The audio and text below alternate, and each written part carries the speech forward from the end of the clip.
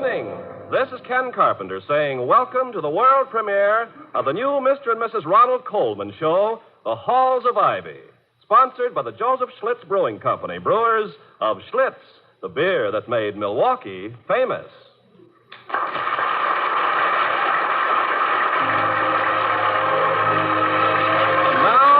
The Halls of Ivy.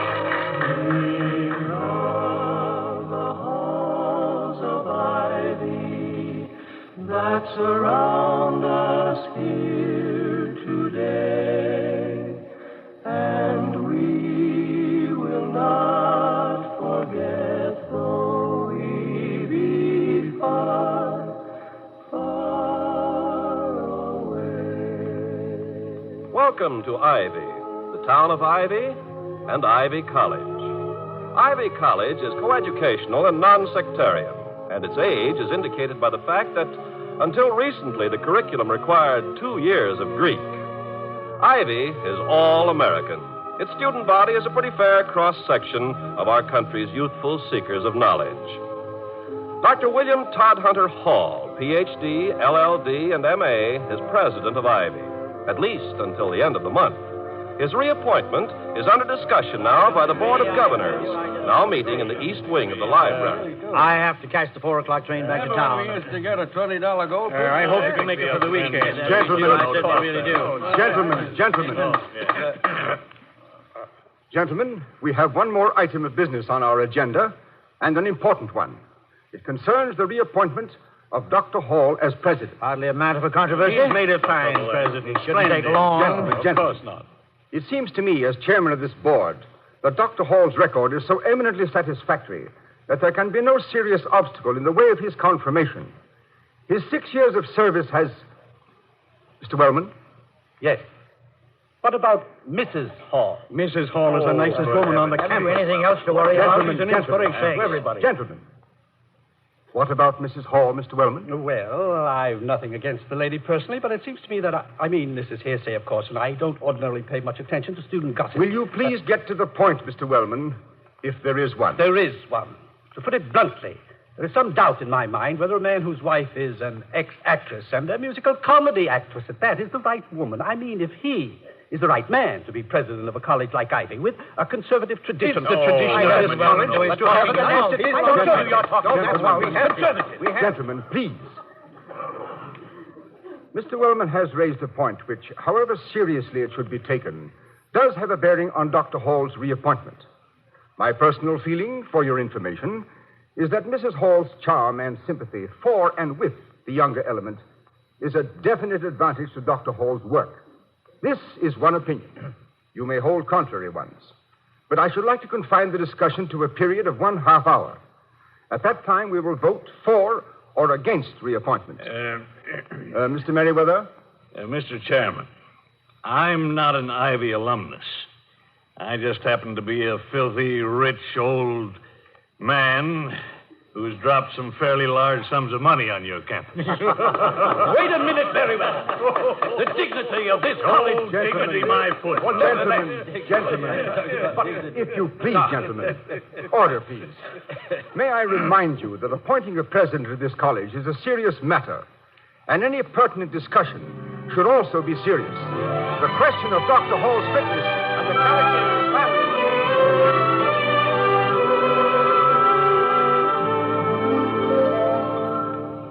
Toddy, dear, must you pace back and forth like that, like a hyena in the zoo?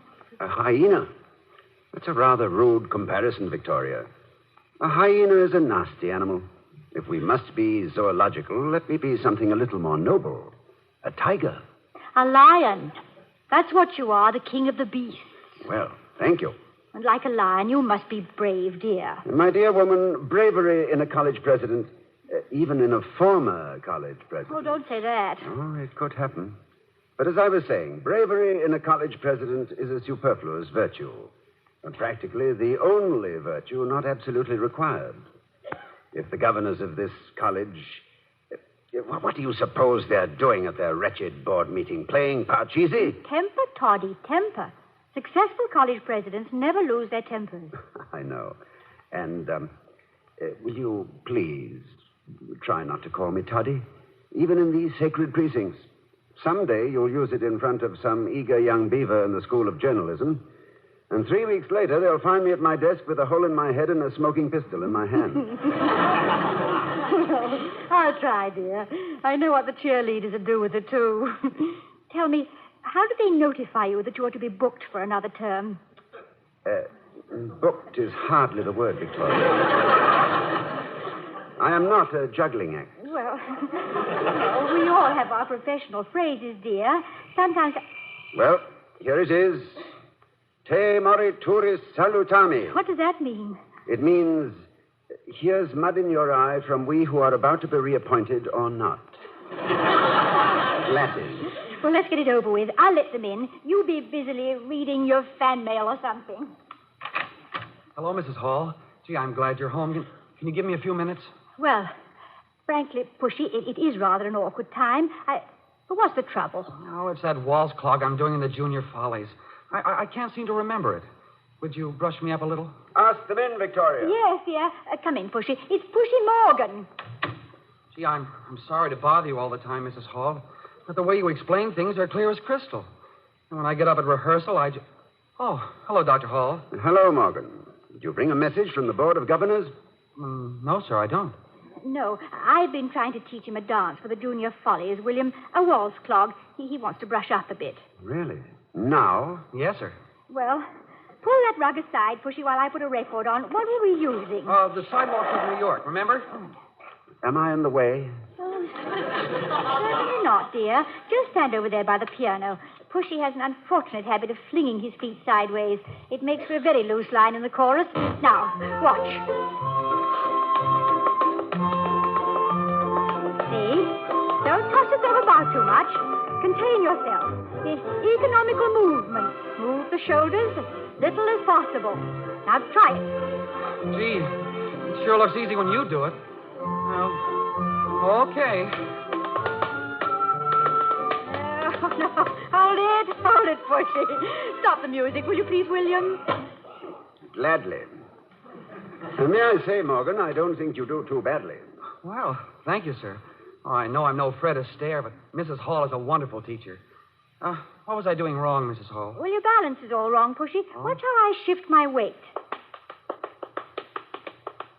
See? Now, here's what you're doing. Oh, I think I see what you mean. Look, more like this, huh? Now you're getting it. You just practice. Try to think of your upper body and arms wrapped up like a mummy. Be tight. Oh, I get it. I think I know now. Oh, thanks, Mrs. Hall. This is going to be the best show we ever had, Doctor. I'm looking forward to seeing it, Morgan. Are you one of the leads? He is the lead, William. He sings even better than he dances. Oh, I'd better. This whole thing scares me to death. When I think of opening night and me doing the waltz clog in front of all those people, gee, I'd almost rather be back in Okinawa. Almost, that is. Okinawa? Were you... Yes, he was, dear. Now, you keep practicing, Pushy, and we'll get to work on that third act scenery day after tomorrow. Okay. And thanks a lot, Mrs. Hall. With you helping us, this thing is really in the bag. Bye, Doctor. A good day, Morgan. Remember, wrapped up like a mummy. I'm sorry I interrupted your question, Toddy, but Pushy doesn't talk much about his war experience. He has the Medal of Honor, Purple Heart, Silver Star, and a few other things, you know. No, I didn't know. I'm glad to hear about it. I'm inclined to lose sight of the fact that these are not all youngsters under my care. When I... Oh, here, let me help. Pull the rug over a bit, will you, dear? Over here? A little bit more. There. That's it. Now, what were you saying? What was I... Oh, yes, this reappointment. You do want to be reappointed, don't you, Toddy? I mean, William. Yes, I do. And largely on account of boys like Pushy Morgan. When I address the student body or any part of it, I can see how the world has moved since I went to college myself. In my day, we went to college for fun and to fill in a few years between high school and making a living. Some of these young old men have already lived more than I ever will. And even the inevitable few who are here to avoid work are affected in spite of themselves by the veterans and the ones who are playing for keeps. That's why I like my job more than I ever did. And that's why I wish those... What time is it? It's 3:37. How did you say you'll be notified? Well, I've only been reappointed once, you know, so the procedure is not exactly traditional. On that occasion, I was notified in person by two members of the board. Merriweather, whom I like and admire, and Mr. Wellman, who is, in my considered opinion, a stinker. Is there any doubt in your mind that you will be reappointed? I'd be an idiot to take it for granted. Reappointment means a salary increase. Oh, Toddy, how wonderful. Yes, and a salary increase naturally brings out the watchdog instincts of the conservative members. You mean that some of them would actually fire their president just to save a few miserable dollars? Vicky, I love you very deeply, but you are shamefully ignorant of some of life's basic facts. I know, dear, but... The Board of Governors is made up largely of wealthy men, retired industrialists, philanthropists. Dissimilar as they are, they have one trait in common. None of them sees anything miserable about a dollar. Furthermore... Telephone, dear. Toddy, aren't you going to answer it? Let it ring. But, darling, the governors... But the governors are hard to take. Let me play hard to get.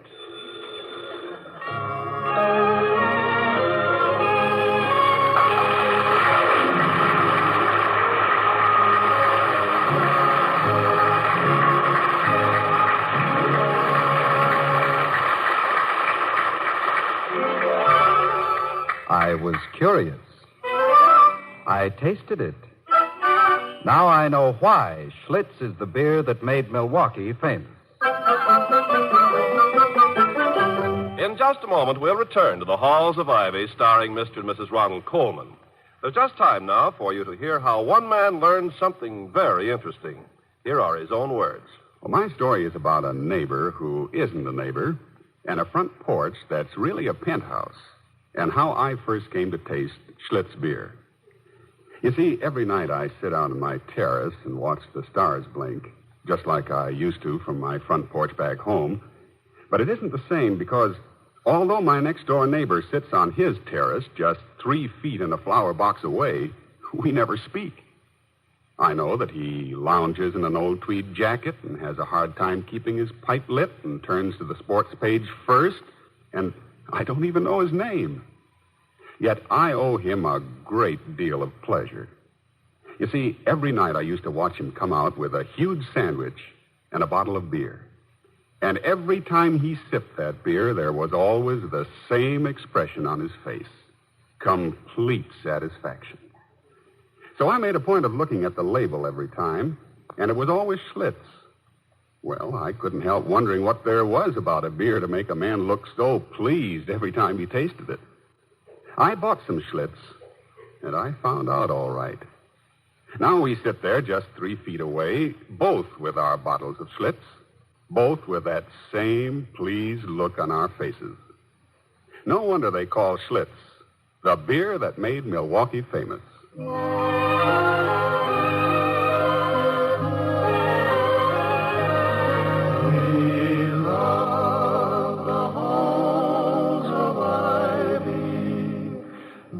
Surround us here today.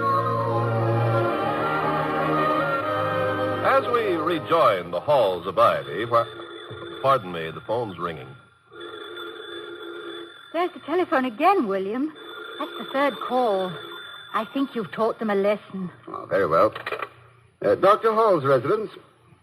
Oh, yes. Yes. Bad news, you say? Well, frankly, I rather expected it. Well, thank you for calling. Yes, as soon as I can. Goodbye. I'm sorry, dear. Well, it can't be helped. I suppose I was lucky to get the one I really wanted. The one you... What do you mean? What did they say? Well, they said they just got the copy of Wiener's book on cybernetics I ordered. 2 of the others I wanted are out of print. The Board of Governors said that? No. The campus bookshop. Remind me to pick... Oh. You thought... Yes. I thought they'd let you go. You know, it wouldn't be so terrible, would it? You could take a nice, long vacation. Could you use another adjective? Well, such as brief or enjoyable or the usual well-earned? Oh, you wouldn't be out of work very long, darling. You're a good college president. You're the best college president I know. Thank you. But I'm afraid your limited experience... Was that the phone? Was what the phone, dear? I thought I heard the phone. What time is it? It's 4 minutes to 4. Get your coat and let's go for a walk. But Toddy, William, what if the Board of Governors, if they should call while we're out? Let them find me. One of the janitors on Fraternity Row has a bloodhound. They can track me down. We can't do it, William. We can't meet rudeness with rudeness. No. All right. As usual. My father used to say that the real test of manners was being able to meet bad ones with good ones. But what the devil do they find to discuss all the afternoon? I'll bet Wellman has something to do with this. Mr. Wellman, the stinker. Mr. Wellman, the revolving stinker. He's a stinker any way you look at it. Just exactly. What does the fragrant Mr. Wellman do for a living? Well, my personal opinion is that he waylays little children on their way to the candy store and steals their pennies. But according to various other sources of information, he is a soup magnate. Soup? Soup. I suspect that his grandmother was a witch and invented a broth which became a family recipe. I'm afraid to eat any. I might turn into a frog. And I can't swim. Don't be bitter, dear. After all, you don't have to have this job. No, we could hitchhike out to California and pick fruit. Follow the harvest. Do ladders make you nervous? No, not a bit. Do you remember Lulu's Mad Moment? Oh, no, of course you don't, dear. It just played for 3 nights in Golders Green, I think. But I was Lulu, and I spent most of the second act on a ladder singing interminable choruses of "Ooh, old Art and Helping Hand." Sounds like a resounding success. It was a dismal mistake. The critics, however... Well, it's about time. Now, shall I accept the reappointment, or shall we pick apricot? Oh, just play hard to get for 10 or 15 seconds, dear, and then give in gracefully. And Dr. Hall's residence? Yes? Oh. Well, that's quite all right. Not at all. Goodbye. Wrong number.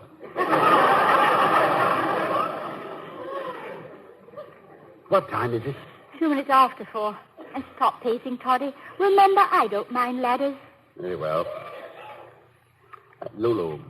May I call you Lulu? It would be a little presumptuous. You never saw me as Lulu, which you may count among your blessings. I saw you as Mary and Give Them Tears in London. That's all any man could ask. Give Them Tears. Oh, I'd love to play it again. It was a lovely play, wasn't it, darling? If you do it again, I'd like to play the vicar. Well, I could do it, you know. I saw it 27 times. And you bought your own tickets on a professor's salary. My sabbatical year turned out to be a theatrical 5 months. You were very kind to the visiting American, Vicky. The visiting American was very refreshing, Toddy. There was fun. Teaching her how many shillings in a pound. How to eat fish and chips. A Lambeth walk. Had you noticed me in the audience? Ever? I mean, before... Oh, my dear. I saw you every time after the first one. And then, the night my maid told me there was a gentleman.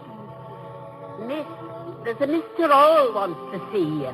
A Yank by the looks of him. What does he want, Penny? I don't know, he didn't say, but he's a pleasant-spoken man and nice-looking. None of the ordinary runner-back stagers. Oh, I'll see him. Yes, miss.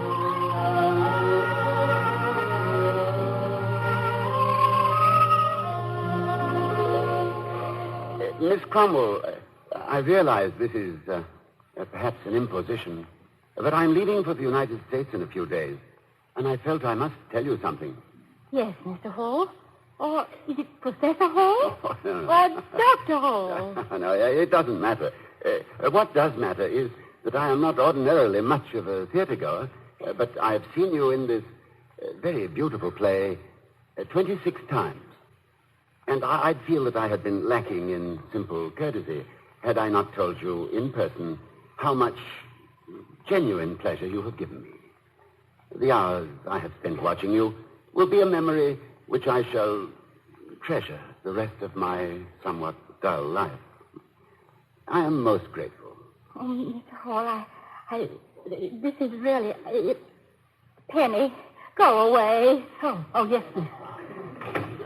Please sit down, Mr. Hall. Oh, thank you, but, well, I've been told this is a rather inconvenient time to visit backstage.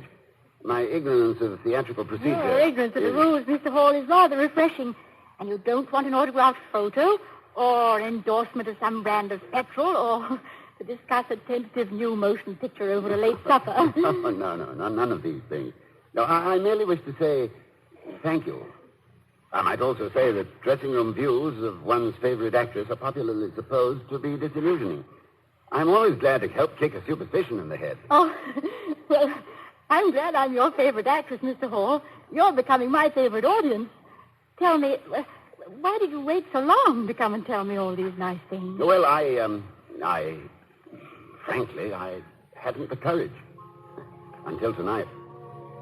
And the thought of going home without hearing you speak to me in person was simply intolerable. So, thank you once more. Don't go, Mr. Hall. Sit down again. I want to talk to you some more. Why, anyone who thinks as highly of me as you do and says so beautifully is to me a very stimulating conversationalist.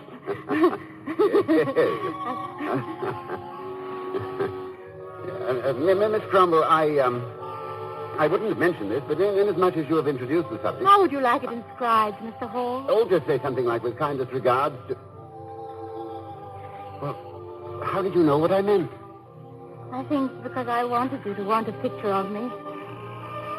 Oh, good heavens, I'm sorry. I've overstayed. What was that? Curtain time? Overture? Darling, it's the doorbell. What? I didn't... Toddy, darling, it's the doorbell. Answer the doorbell. Oh, the doorbell. Yes. William, you were wool gathering. Yes, I guess I was.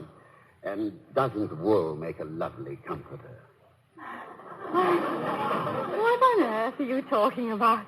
No, it doesn't matter, darling. No, excuse me. I'll see who's at the door. Good evening, Dr. Hall. Mr. Merriweather. Mr. Wellman. How do you do, Dr. Hall? We were just debating about taking a walk. Another 10 minutes, and we'd probably have been gone. Victoria, I think you know Mr. Merriweather. Yes, indeed, I do. Good afternoon, Mr. Merriweather. Mrs. Hall, I'm glad to see you. In fact, I'm all... Excuse me, Mr. Merriweather, but I'm afraid Mrs. Hall hasn't met Mr. Wellman. Victoria, may I introduce Mr. Clarence Wellman? How do you do, Mr. Wellman? Mrs. Hall, we haven't met before, formally. But I remember you from 1934, I think. In England, Golders Green, in Lulu's Mad Moment. Was that the one where I played the witch brewing a wicked broth which turned men into frogs? No, dear, no. Lulu's Mad Moment was where you spent most of the second act on a ladder, remember? That was it, the ladder. I'll have to admit, Mrs. Hall, that you were interesting. But that play, how long did it run? Run, Mr. Wellman, is much too vigorous a word.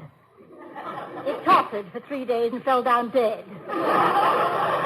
Did you have the fortune, good or bad, to see Lulu's Mad Moment, Mr. Merriweather? No, I didn't, Mrs. Hall. But I saw Give Them Tears 5 times in New York. Gad, ma'am, if I'd been a couple of 100 years younger and hadn't had a wife who understood me, you'd have found me at the stage door every night with a bunch of emeralds in my hot little hand. I don't like to intrude on your memoirs, gentlemen, but could I serve you any refreshments? You mean tea, Dr. Hall? No, Mr. Wellman, I didn't mean tea. Although tea is available if you care for it this late in the afternoon. Personally, I'm a temperance man, Doctor. I am seldom seen reeling across the campus myself, Mr. Wellman.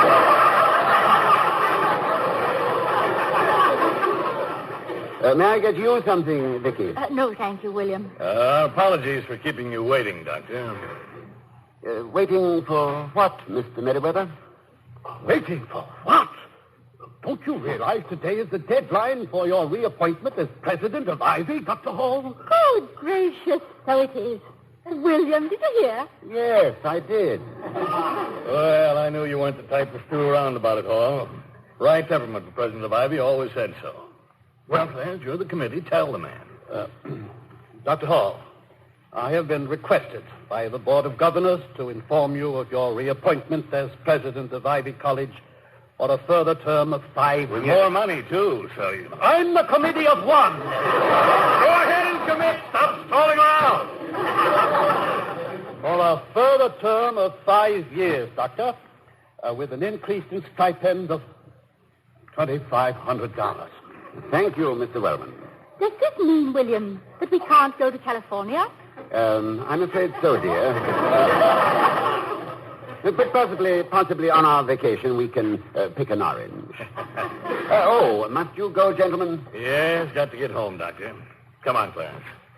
Night, Doctor, and congratulations to you and to the college. Thank you. Night, Mrs. Hall. Good night. And thanks for being so kind and patient with my nephew. Your nephew? Pushy Morgan. Oh. Stumblebum. Yeah, you taught him how to know his left foot from his right. He's crazy about you. Oh. So am I. Come on, Wellman. What are you stalling around for?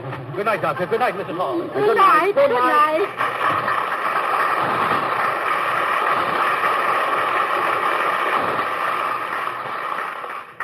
Congratulations, Doctor.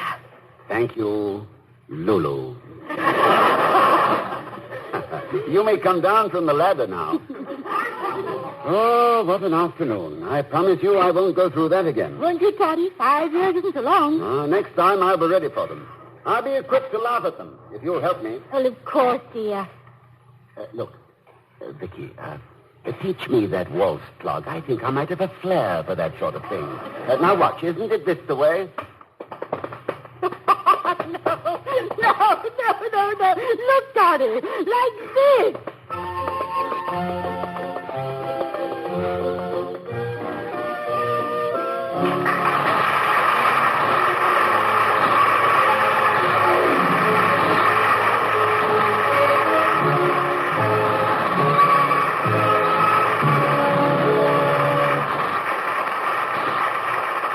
Mr. and Mrs. Colman will be back in a moment. I was curious. I tasted it. Now I know why Schlitz is the beer that made Milwaukee famous. And here again are Mr. and Mrs. Ronald Colman. Thank you. Good night, everyone.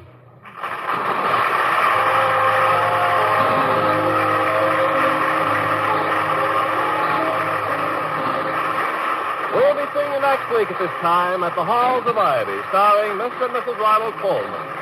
The other players were Herbert Rawlinson, Herbert Butterfield, Willard Waterman, Gloria Gordon, and Lee Millar. The Halls of Ivy was created by Don Quinn, directed by Nat Wolfe, and presented by the Joseph Schlitz Brewing Company of Milwaukee, Wisconsin. Ken Carpenter speaking.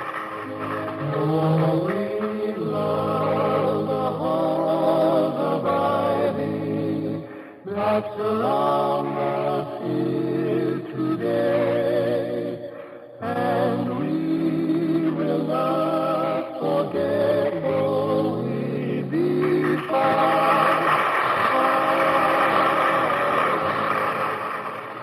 Next, hear We the People over most of these same NBC stations.